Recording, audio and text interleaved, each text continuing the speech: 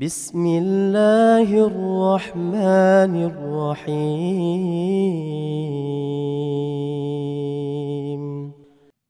الحمد لله صلاة وسلاما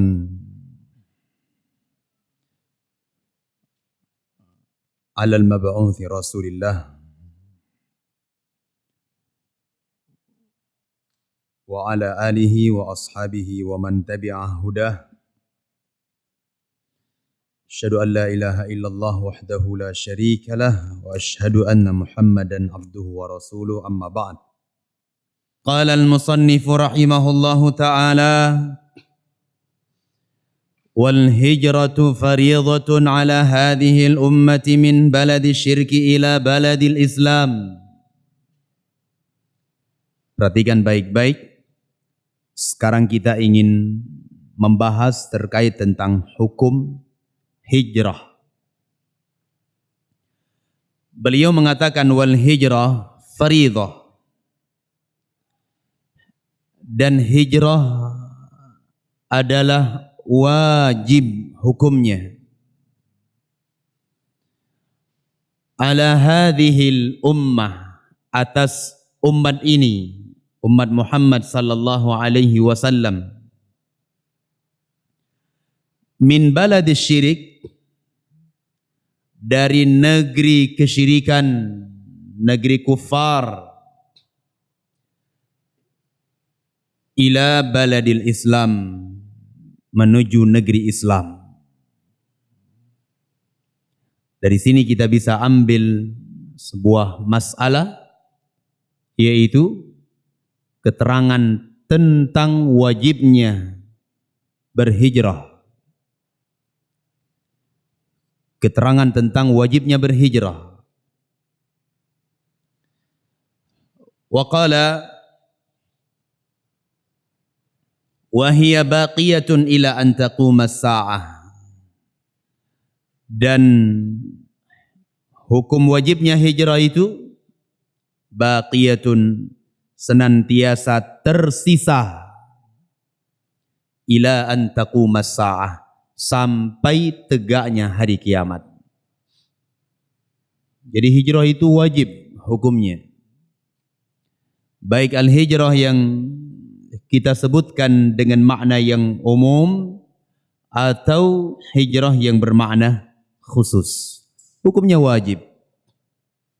Jadi kalau seseorang mampu berhijrah, dia tidak berhijrah, hukumnya apa? Berdosa. Ia terjatuh ke dalam kabirah min kabairidz dzunub, terjatuh ke dalam dosa-dosa besar, sebagaimana dalil yang akan kita baca. Baik. Wad dalilu qauluhu ta'ala, dalilnya adalah firman Allah tabaraka wa ta'ala. Perhatikan sekarang, beliau al-muallif akan menyebutkan dalil tentang wajibnya berhijrah. Dan barang siapa tidak berhijrah dalam keadaan ia mampu, ia akan berdosa. Beliau mengatakan wad dalilu qauluhu ta'ala, dalilnya adalah firman Allah. Allah berfirman, innal ladzina tawaffahumul malaikah, sesungguhnya orang-orang yang diwafatkan oleh para malaikat. Apa maksudnya diwafatkan oleh para malaikat? Ruh mereka dicabut oleh malakul maut, oleh malaikat maut. Zalimi anfusihim, dalam keadaan mereka itu menzalimi diri-diri mereka.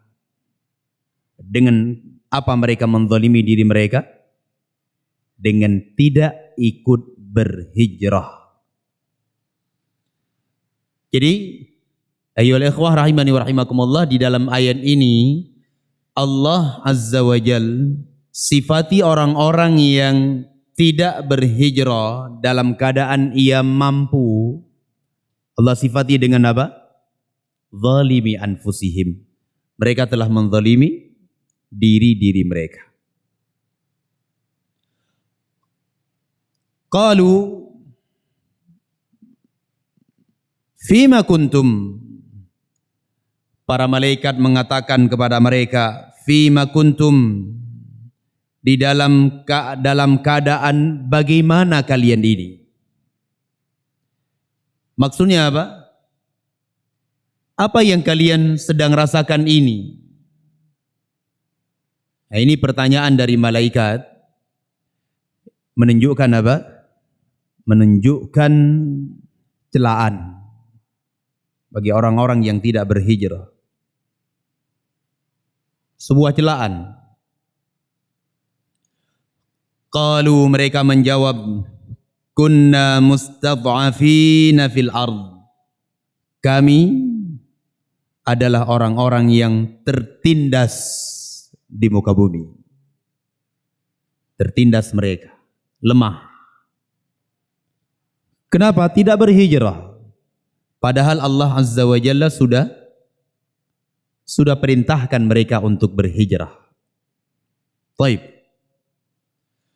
Qalu, lalu malaikat mengatakan lagi, alam takun ardullahi wasi'atan fatuhajiru fiha? Bukankah bumi Allah Subhanahu wa taala itu luas? Fatuhajiru fiha, sehingga kalian bisa berhijrah padanya.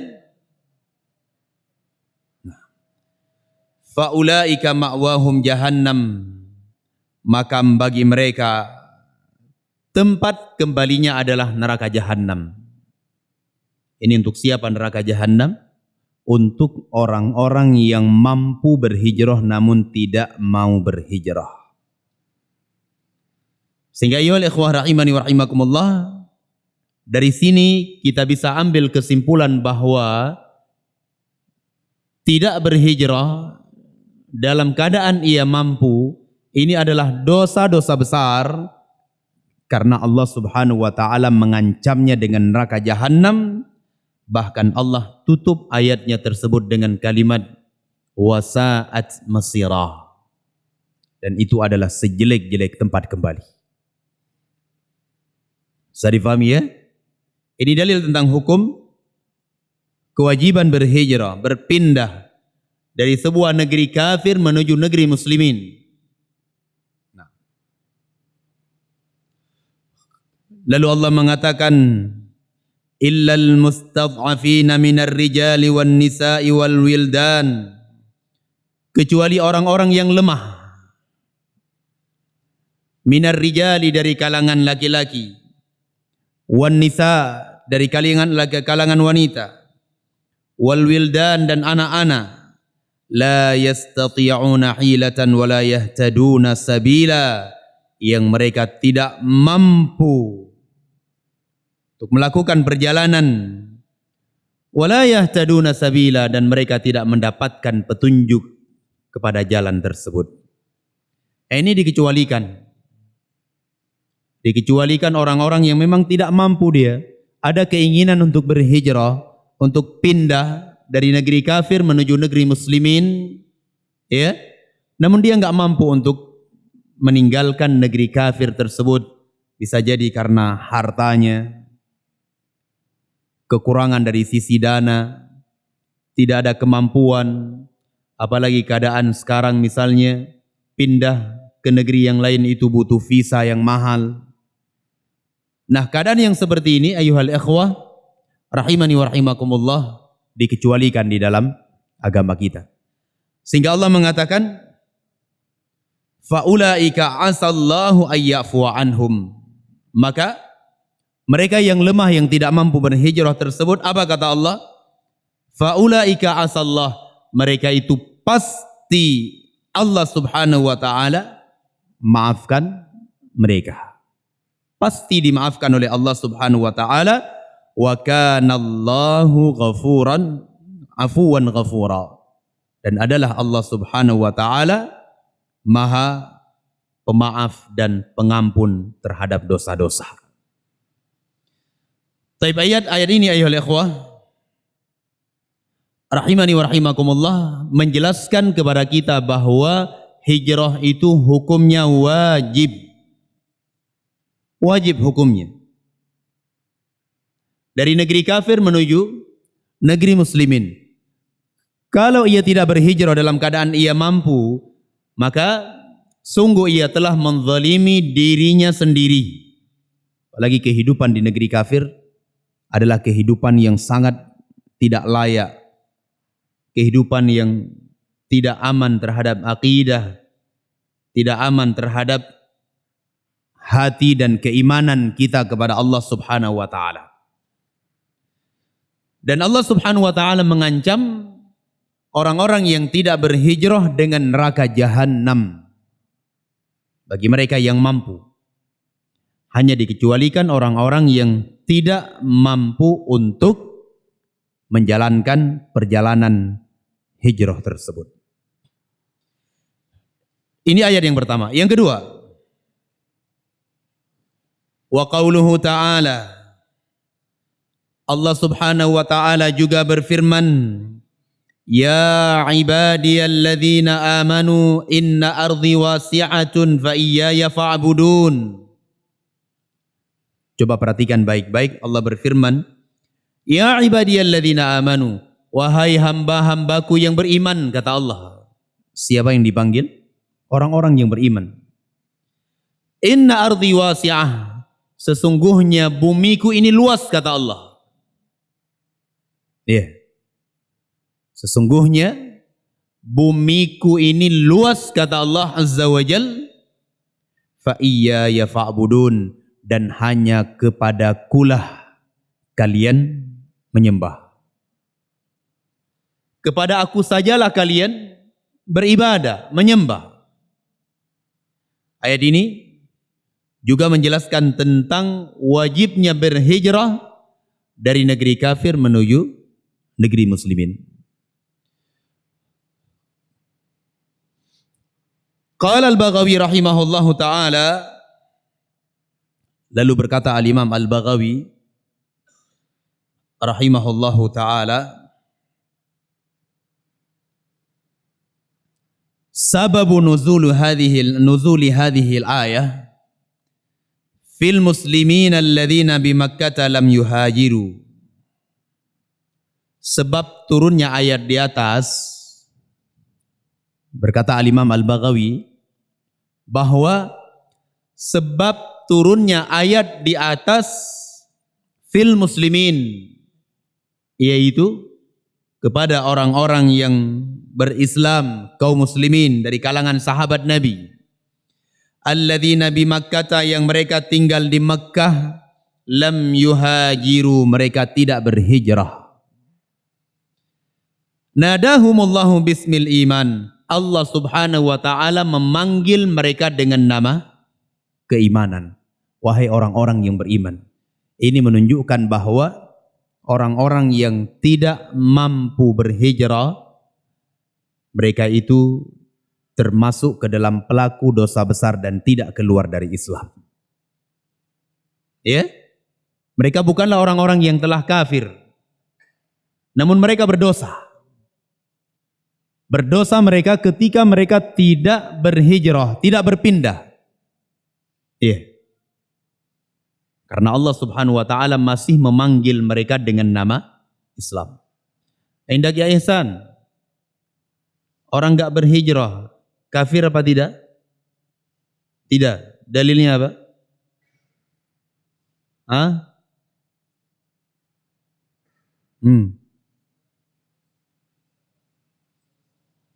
Apa? Ya, dalilnya apa? Ini ihsan nih ketika dijelasin matanya ke bawah. Hah? Apa dalilnya ihsan? Itu perhatikan. Allah berfirman, ya ayyuhalladzina amanu inna ardi wasi'ah fa iyaya fa'budun. Jelas dan gamblang sekali dalilnya bahwa hukum hijrah itu wajib. Adapun orang-orang yang tidak berhijrah, maka ia berdosa sekalipun ia tidak keluar dari Islam. Wa dalilu 'alal hijrati minas sunnah. Dan dalil atas wajibnya hijrah dari sunnah Nabi sallallahu alaihi wasallam dari hadis Rasulullah sallallahu alaihi wasallam beliau bersabda sebagaimana di dalam hadis yang sahih, beliau sallallahu alaihi wasallam bersabda, la tanqati'ul hijrah hatta tanqati'at taubah wa la tanqati'u at-taubah hatta tatlu'a asy-syamsu min maghribiha. Nah, ini dalil tentang wajibnya hijrah dari sunnah Nabi, dari hadis. Rasul sallallahu alaihi wasallam bersabda, la tanqati'u al-hijrah, tidak akan terputus hukum wajibnya hijrah itu sampai terputusnya at-taubah. Tidak akan hilang, tidak akan terputus hukum wajibnya berhijrah itu sampai terputusnya pintu taubah. Wala tanqati'u at-taubah, dan tidak akan terputus kewajiban bertaubat hatta sampai terbitnya matahari dari arah barat. Ini menunjukkan bahwa selama matahari masih keluar dari arah timur, tenggelam di arah barat, selama ruh kita masih di kandung badan, ya, ketika kita berada di negeri kafir, hukum berhijrah itu masih tetap wajib. Bisa dipahami? Wajib hukumnya. Tidak akan pernah bergeser hukum wajibnya berhijrah itu. Sampai seseorang berpisah dengan dunia, atau sampai terbitnya matahari dari arah barat. Kalau sudah terbit matahari dari arah barat, seseorang yang bertaubat kepada Allah itu tidak lagi diterima dan tidak bermanfaat taubatnya. Tidak lagi bermanfaat taubatnya kepada Allah Subhanahu wa taala. Bisa difahami ya ikhwah? Paham ya? Ini dalil-dalil yang disebutkan oleh al-muallif rahimahullahu taala tentang kewajiban berhijrah. Yaqulu Syekh Muhammad Ibn Salih Al-Utsaimin rahimahullahu taala fi syarah. Syekh Muhammad bin Salih Al-Utsaimin mengatakan di dalam syarah, tatimmatan, sebagai pelengkap dan penyempurna pembahasan ini, nadhkuru huna hukmu atau hukm as-safar ila biladil kufur. Beliau sebutkan di sini hukum safar ke negeri kafir.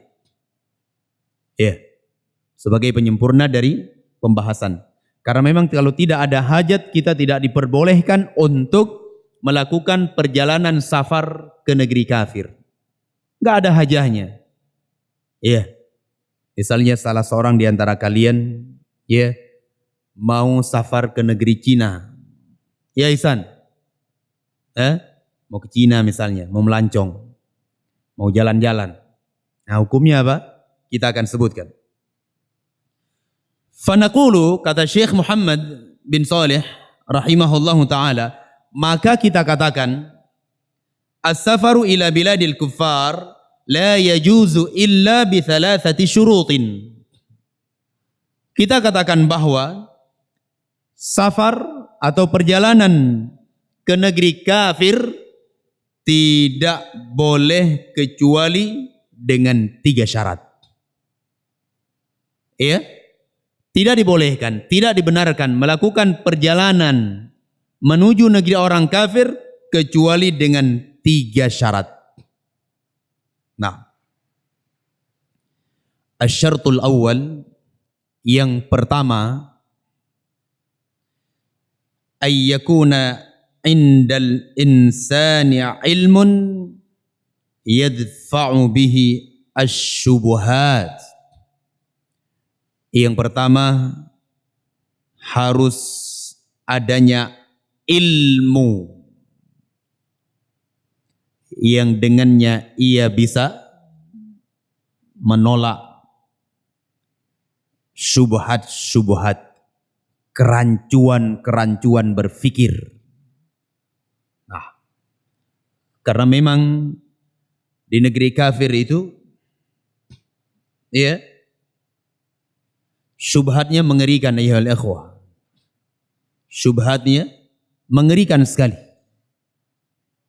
Setiap hari mereka tebarkan syubhat, kerancuan demi kerancuan, kesalahpahaman di dalam memahami Islam ditebarkan oleh mereka.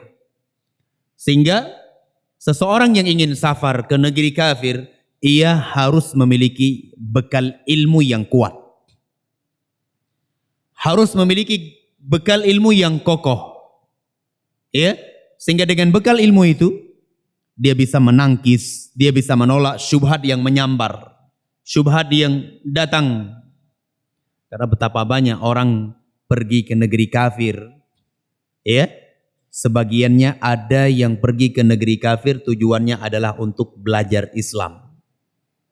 Iya, belajar Islam di Chicago, Amerika Serikat. Kira-kira orang kafir itu akan mengajarkan Islam yang benar atau tidak? Indak ya Hafidh. Ya Hafidh. Assalamualaikum. Assalamualaikum. Kaif halak? Barakallahu fiik. Ya. Apa tadi saya sebutkan, Hafidh? Syarat yang pertama, harus adanya ilmu. Ya, harus adanya ilmu. Nah, orang belajar Islam di negeri kafir, kira-kira mau tidak orang kafir itu mengajarkan Islam yang murni? Tidak ya. Makanya kita bisa melihat di beberapa universitas-universitas yang katanya universitas Islam, ya, mereka berani menginjak lafaz Allah Subhanahu wa taala. Ditulis lafaz Allah di kertas lalu diinjak. Kenapa? Lafaz ini adalah sama dengan huruf-huruf bahasa Arab yang lainnya. Tidak ada maknanya, tidak ada kemuliaannya. Ya, sama seperti kalimat kitabun. Yang dimuliakan itu adalah makna dari pemilik lafaz ini, Allah Subhanahu wa taala. Ditulis lalu diinjak di hadapan mahasiswa. Ini lulusan Chicago. Iya, belajar di negeri kafir. Makanya ayyuhal ikhwah rahimani wa rahimakumullah, pulang mereka itu mewariskan ilmu liberal untuk mahasiswa-mahasiswa dan mahasiswi mereka.